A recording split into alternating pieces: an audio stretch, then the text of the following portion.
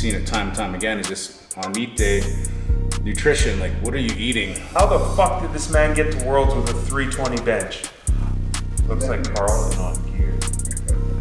Do not change shit on game day. That happens to me all the time, where it's super painful. I know it happens to Darrell.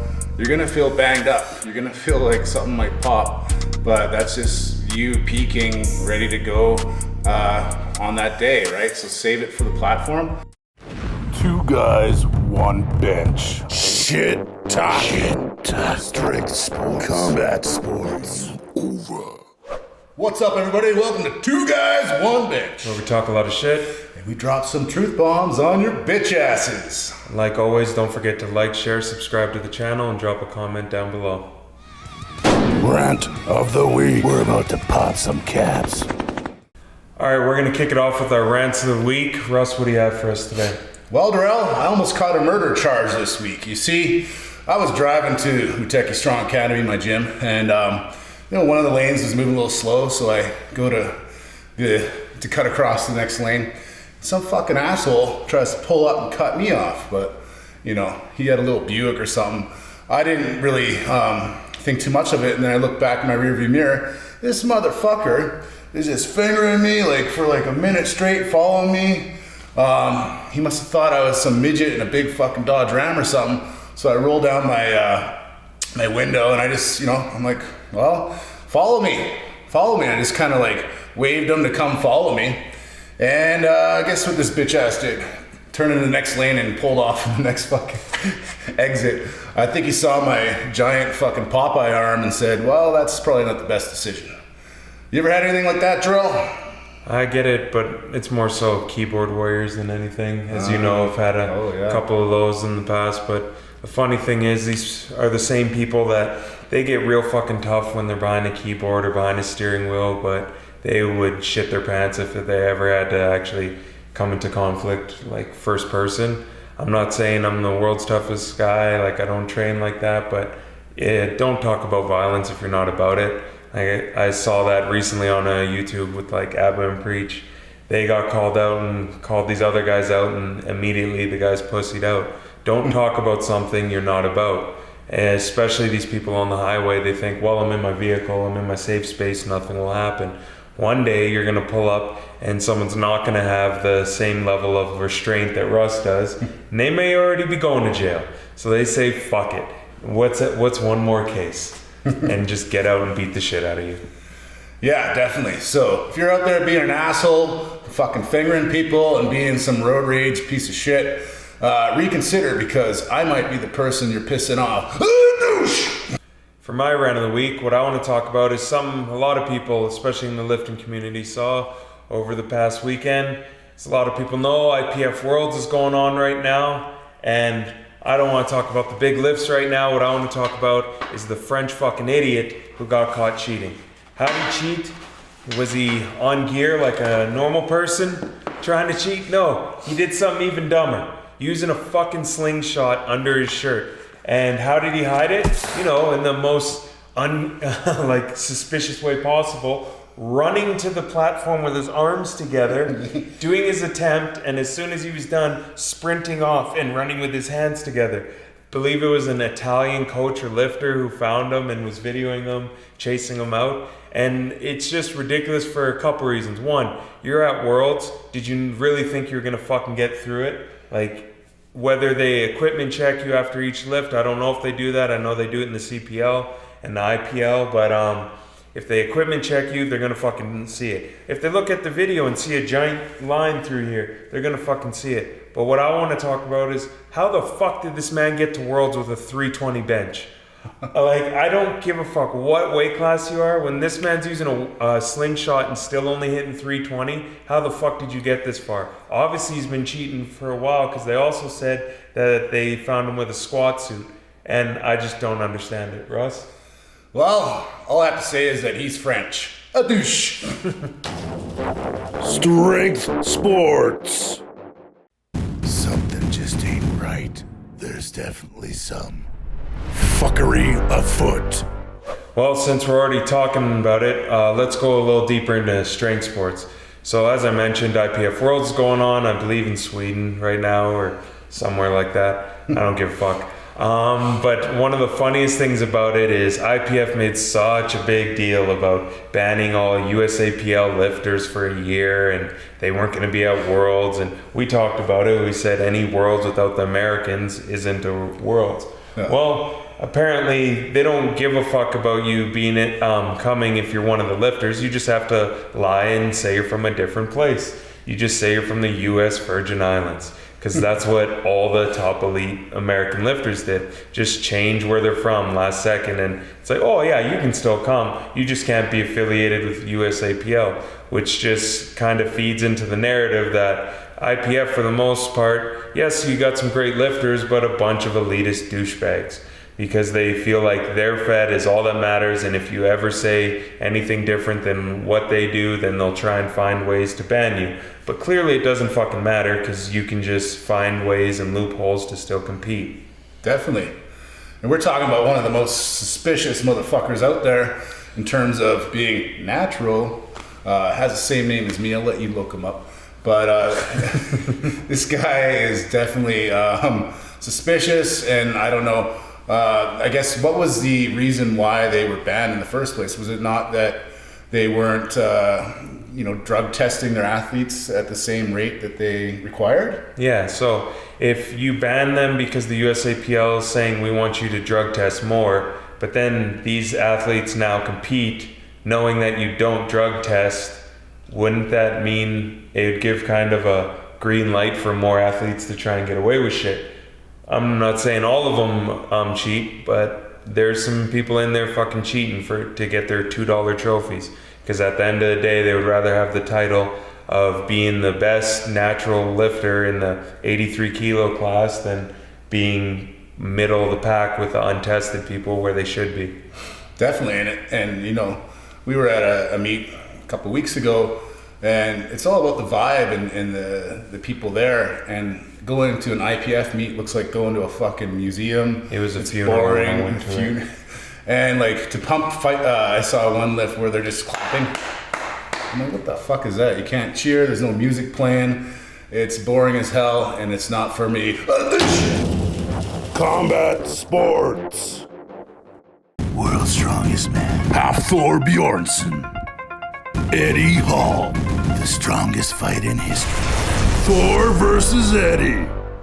All right, everybody. Thor versus Eddy. Here's an update. Well, I just saw it today, Darrell. I think it was at the Arnold's in the UK, and Eddy Hall is talking to Larry Wheels, and he calls him out on, why did you post that meme with my head decapitated? As we know, Larry is more friends probably with Thor, as they're always chilling in Dubai and whatnot. So Larry looked a little, he's a little startled, but he still said, I'm going to win 10 grand basically when you lose. Darrell? So the way I saw it was actually a lot of hypocrisy on Eddy's part, because he's calling out Larry for being disrespectful, but the whole interaction in between them, he starts it off talking about pretty much how hanging off of Thor's nuts, call him a nut hugger, inferring that he's his bitch boy. It's like you're starting the conversation off being super disrespectful.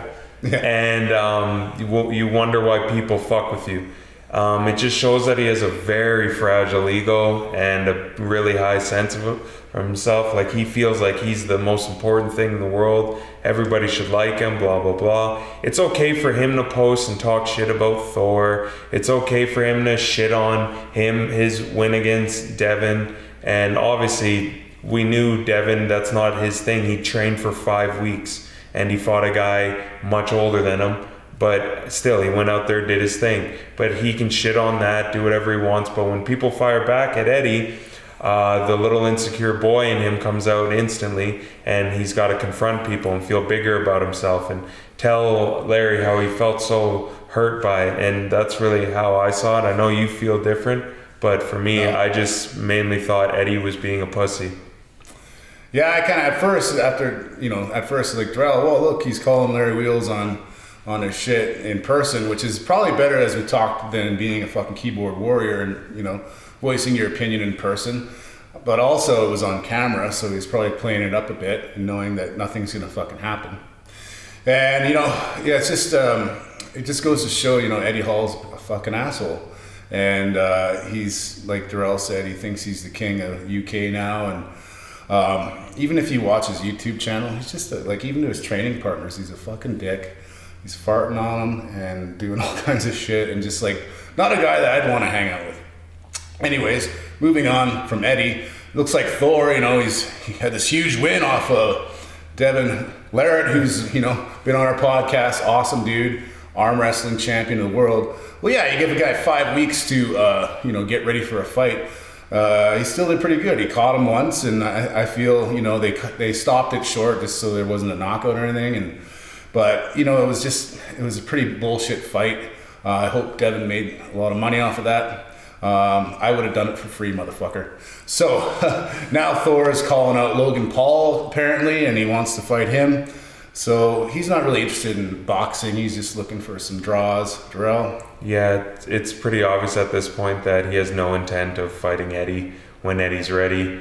Obviously, that's what we all wanted to see, but I don't know if in the meantime he's just trying to get as much money as possible, because after when he fought Devin, he probably made quite a bit and realized if I fought one of the Pauls, I'd get even more. And who wouldn't want to take that fight just off the freak show alone? Because no one else is really fighting those two. You see it right now. They're very stagnant because no one gives a fuck about either of them in the fighting community that'll really take them serious. I hope Eddie and Thor fight, but in all honesty, I don't ever see it happening. I think eventually it's gonna either another injury happens or someone's pulling out, and there's going to be other stipulations. I don't see it happening. Definitely, I think Eddie will pull out for sure. One guy who's alumni of our podcast as well, one of the scariest motherfuckers out there, the Boogeyman, Adam Braidwood, he's trying to call out these guys as well. He's like, Thor, let's set it up. He's a big motherfucker, and you definitely don't want Thor fighting that guy, because he's actually put a guy in a body bag after one fight. So that's kind of scary. Scary man, awesome dude. I've been talking to him a little bit. Shout out to you, Adam. And that's all we have for an update. Technique of the week. What's up, everybody? Technique of the week. Well, a few weeks ago, Darrell and his team had an awesome powerlifting meet. Tons of national records were blown. And well, for me, I was there filming. The vlog was done by me. And it was just awesome, being back there as usual. I wasn't lifting, but just seeing the awesome vibe and helping the guys warm up and, kind of lit a fire in my ass. I've been lifting heavier since then. Darrell? So what I wanted to talk about this week was kind of what goes into perfect meet prep. And I realize perfect isn't really a thing, but I know a lot of people out there are searching for that. So kind of want to help you get as close to perfect as you can. And how it's all going to start is, obviously I'm talking to most of the people out there that are uncoached, because each coach is going to have a different philosophy. But for the people that are handling it themselves, this is what I suggest that you do before your next meet, whether it's your first meet or your 12th meet. Just simple things that you can do to make sure the meet process goes by quick. So leading up to your meet, I would suggest you kind of get familiar with the calls and things like that. I'm not saying that certain federations call things faster or better, but if you've got to meet in the CPU, you got to prepare for usually longer pauses on the bench. Yeah. If you're lifting in another fed, maybe depth isn't called as much. You just kind of have to be prepared for certain things and how strict they're going to call little infractions, so that mentally none of that's going to throw you off. Yeah, and I'll admit, even, I consider myself an experienced lifter. Sometimes you forget shit. Worlds 2019, I went out there my first squat, there's a start command, start, didn't fucking bother listening to that and just squatted. It was real shaky. It was like, oh shit, this is how I'm going to start. Recovered and went on to win. But yeah, you never know what's going to happen. So I always say it's the same with fighting. You got to dial in all your technique and everything while you're in the gym. And because when you go out there on the big stage, you're going to have nerves, you're going to be anxious, you're going to fuck shit up. So it's best to have that pattern built in. Yeah, and then within the last 3 to 4 weeks before you meet, what a lot of people don't realize is you may not be your absolute strongest in the gym then. That is 100% fine, because you're supposed to be your strongest on the platform. That's when you need it. Obviously, it would be nice if every workout went as planned, but as long as you're not failing reps, no one really gives a shit, and you shouldn't give a shit. You're just working towards putting it all together, because what you got to realize, you've accumulated a shit ton of fatigue throughout the weeks and possibly months that you've been prepping for this meet, and you're not always going to feel good, especially when you're peaking. You might just be getting anxious, but you got to realize within the last couple of weeks before a meet, you're not going to get a whole lot stronger from training, but you can get a shit ton weaker. Because a lot of people think, well, I gotta hit certain numbers before the meet, or else blah blah X or Z won't happen. It's like, it's not that way. If you go way too hard in training, you're gonna waste your best lift and then not recover from it. Just for myself, with my deadlift, I take my biggest deadlift about 2 to 3 weeks out from a meet. Because I pull out over 800 pounds, it's going to take a lot more recovery than someone that's pulling 400 or 500. So you got to see kind of where you are in terms of ranking, like elite, whatever, and compare yourself in that sense to other lifters and know where you are in the world. If you're a novice and beginner, you don't really have to take crazy deloads and tapering going into a meet. I'm not saying go full out the week before, but I'm not saying completely stop lifting heavy 3 weeks out like I did, but that's only for one lift. I would say don't change your training regimen way too much in the last 3 weeks. Keep everything consistent, and you just slowly lower the volume and overall workload that you're doing so that you don't beat up your body going into a meet. Russ? Definitely, and you are going to feel beat the fuck up. I mean, 2-3 weeks before the meet, probably what's going to happen, your elbows are going to be banged up from squatting and benching so much. For that happens to me all the time, where it's super painful. I know it happens to Darrell. You're going to feel banged up. You're going to feel like something might pop, but that's just you peaking, ready to go on that day, right? So save it for the platform. And then also, these last 2-3 weeks, you should be getting some massage therapy done, going to see chiro, working on your recovery, getting your own, about a month before meet, I'm notorious for just buying shit on Amazon, fucking massage guns, balls, fucking handcuffs. I don't know what the fuck I'm buying, but anything to just make me feel a little bit better, So gotta focus on your recovery, and also, importantly, your nutrition as well. Make sure you're eating the right foods, get enough protein, enough hydration, sodium, and all that. Yeah, you really got to prioritize recovery over everything. And we're not saying you're going to feel shitty so that you have to feel that way and force yourself to feel that way. That's just worst case scenario. For a lot of bigger lifters, it's going to be the reality for you a lot of the time, because we take longer to heal. But some people may feel great going into it. Don't think because you feel great and most people around you feel shitty that you're doing something wrong. So that doesn't mean go extra hard the week out. But then it brings us when we're closer. Let's say you get to the meet and you're thinking about your attempts. I don't like to think about my attempts really until I'm maybe 1 or 2 weeks out. Reason being is because you don't want to stress over it too much, but an easy way to do weight selections I found is your first attempt should be something you could easily triple on any day of the week. And what am I talking about? I'm not saying you can triple it when you're feeling great. I'm talking about the days when you walk in the gym and you feel like absolute dog shit and don't want to lift at all. So if you're a 600-pound squatter and you can go in there and triple, let's say 540, and when you have a cold, then 540 is probably your opener. I know some people like to open heavy, but it's always better to just get one on the board and get comfortable with the meet and let the nerves kind of calm down, because you can be very comfortable in the setting of a meet, but you never can account for how the judging is going to be that day, the length of your flight. If you have a very short flight or a very long flight, you don't really know that all the time, because things can change. It changed right before my meet started, and you just adapt to it. But you make sure you have an easy opener just so you can go in, take a bigger jump if necessary on the second attempt, and third, just do whatever you need to do, whether you're securing your total or you're going for a record.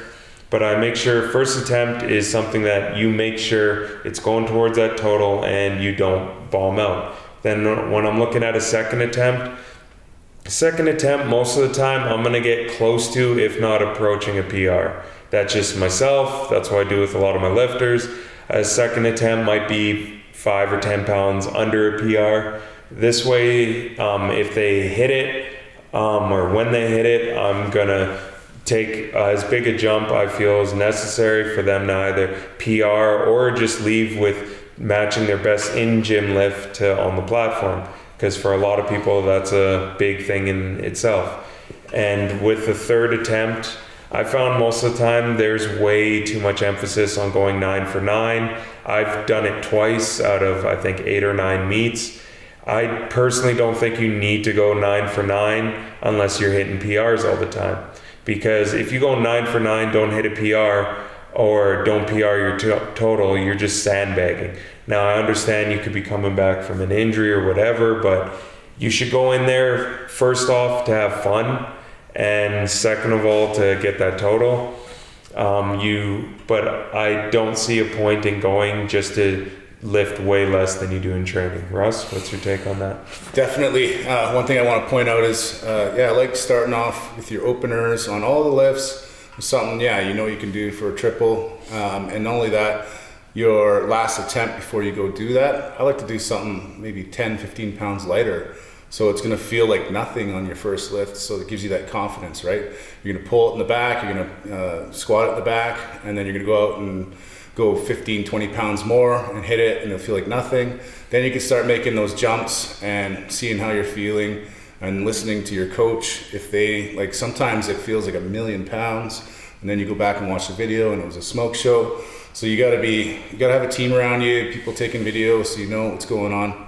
And then, what I want to talk about, Darrell, and we've seen it time and time again, is just on meet day, nutrition. What are you eating? Not only meet day, but the night before as well. If you haven't done a meet, you're gonna be nervous as fuck. I don't care who you are. And what comes with nerves is a little bit of a loss of appetite. So what we usually do is go and crush a huge meal the night before. I'll have probably 2 servings, or we'll go all you can eat sushi or something and just crush. So we have so much food and glycogen stores that it's already there for the morning. But not only that, when you got to eat food and you got to force it down. Even though if you have nerves, you cannot go in there without any food in your stomach, in my opinion. Depends, Darrell's a little different. I think he rarely lifts eating breakfast. Yeah, so how I eat before a meet and how I eat before training are very different.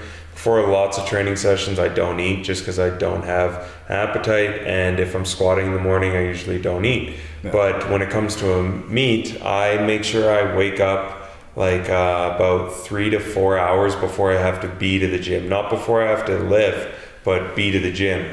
And I make sure that I've prepared, that I have at least 8 hours at the minimum sleep before the meet. Mm-hmm. So I go to bed however early I need to, get up real early, I have a big meal, and that way it gives me time to digest.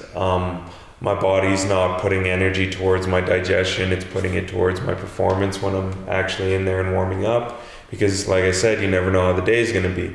And it's very normal to have nerves if it's your first meet, obviously, but I'm not gonna lie, I still have them every time I compete. I think about it all the time. I think about it the week before. It's completely normal. You put expectations on yourself, but don't let that ruin the day for you.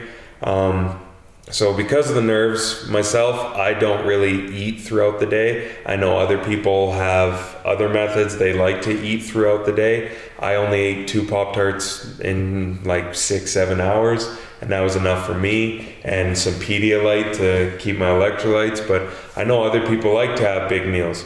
And what I would say, the big mistake I see with a lot of people is do not change shit on game day. If you don't eat during your training sessions and massive meals, don't come to the meet and think you're just putting back chicken and rice or beef and rice between every lift because that's what you saw someone else did. If you're used to going hours and just barely eating or snacking, then go with that. No one can tell you exactly what's perfect for you. You've got to find that out for yourself. And I see some people jeopardize that by changing shit up on meet day because, like I said, if you're nervous, another thing that's going to happen, you're probably going to have to use the bathroom a lot. And if you've got a bunch of food in your stomach, you're going to be not bracing properly because you're going to think about shitting your pants on the platform or pissing yourself. Pissing yourself happens, and there are people that shit themselves. It's just how it is, but you don't want to be one of those people if you can help it. Yeah, I mean, for me, I try to always have meals because, throughout a day I'm eating usually every 2 hours. So I'm always meal prepping, have that same meal prep. I use like the traditional vertical diet, rice and ground beef and some easy things for your body to process. I also like packing lots of, quick sugars. So Gatorade without the fucking, zero. The full sugar Gatorade. Also, I like gummy bears. It's quick sugars, chocolate, because those are really easy to eat. Even when you're like nervous and don't feel like you're going to be able to eat anything, you can still certainly stuff down a fucking Snickers bar. And so just having that on point. And as Darrell mentioned, sodium. Like I take sodium pills. Electrolytes are important, so that's what keeps you hydrated. So I'm chugging, Gatorades and stuff like that, but also water. You got to be hydrated. So carry tons of water and always, in between your lifts, hydrate and do what you got to do so you can perform the best. Yeah, and I think another thing that we need to talk about is kind of setting a hierarchy for yourself in terms of goals and needs for this meet and expectations and keeping them realistic. What I mean by that is like determine what's most important to you. Are you doing this meet to qualify for another meet? If that's the case, then do exactly what you need to do and get out of there. It's fine to go out there and smash all your lifts and hit PRs, but if you're doing this meet, like I know there's qualifying totals in a lot of IPF affiliates like CPU. So if you're doing, I don't know how they rank them, but like Westerns or whatever, or provincials, then you need to do another one and you get a qualifying total. If you know that you're only going in for a total, do what you need on probably your second attempt. And sometimes I would even suggest sandbagging your third or not doing it at all. Because if you're just there to qualify, you're saving your best day for down the road. And maxing out on the day is all it's going to do is generate so much fatigue. It's going to take a lot of time after the meet to get back into training, which is time you could be spending getting stronger.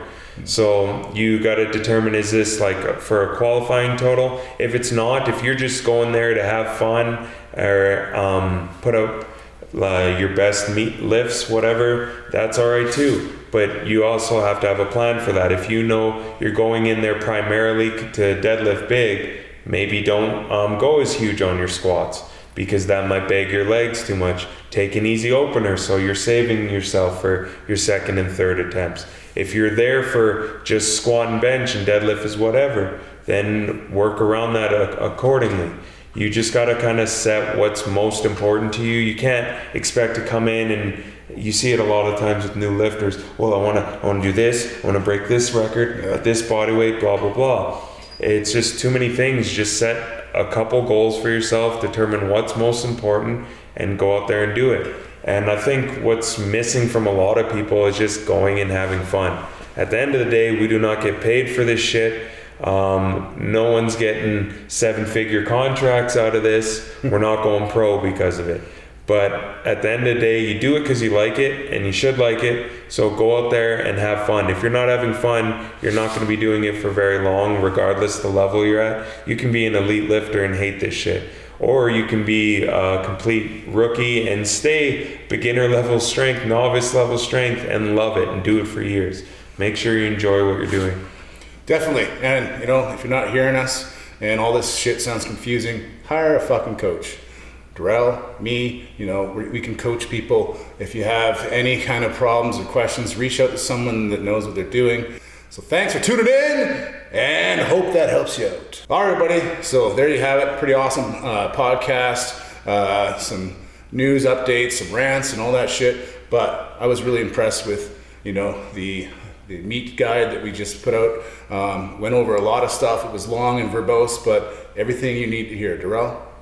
Yeah, so like Russ was saying, we went over quite a bit. If you do need any help, you can contact either of us on Instagram. That's where I'm primarily at. Yeah. Whether on my coaching page, GSCYYC, or my main page at 𝐓.𝐆.𝐻. Russ, how can people reach you? Yeah, you know where to find me. I am the Canadian Grizzly on Instagram, and most podcasts pop out of that, so you know where to find me. And also, don't forget to eat big, train hard, and always be fight ready. 2 guys, 1 bench. Shit talking. Strict sports. Combat sports. Over.